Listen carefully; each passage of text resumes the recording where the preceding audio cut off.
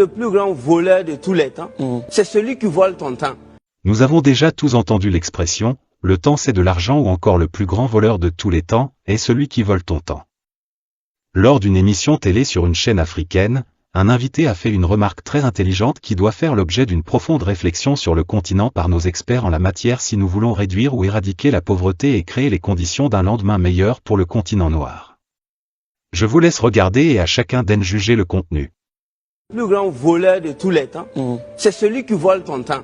The greatest thief of all the time is the one who steals your time. Et ce voleur en Afrique s'appelle école. L'école, c'est le plus grand voleur des jeunes africains qui peut te conserver pendant 25 ans, tout en sachant qu'il n'a rien pour toi à la fin, mais il te conserve quand même.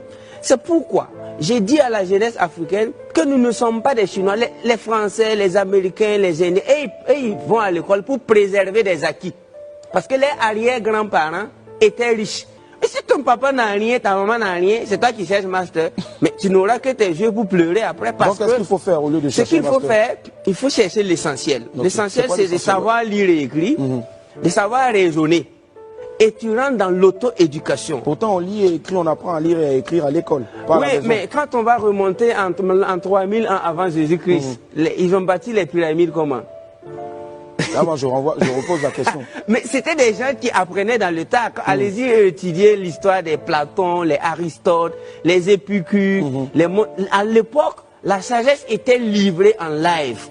Vous travaillez, ils faisaient des one third. One third, ça veut dire un tiers de ton temps, c'est pour apprendre.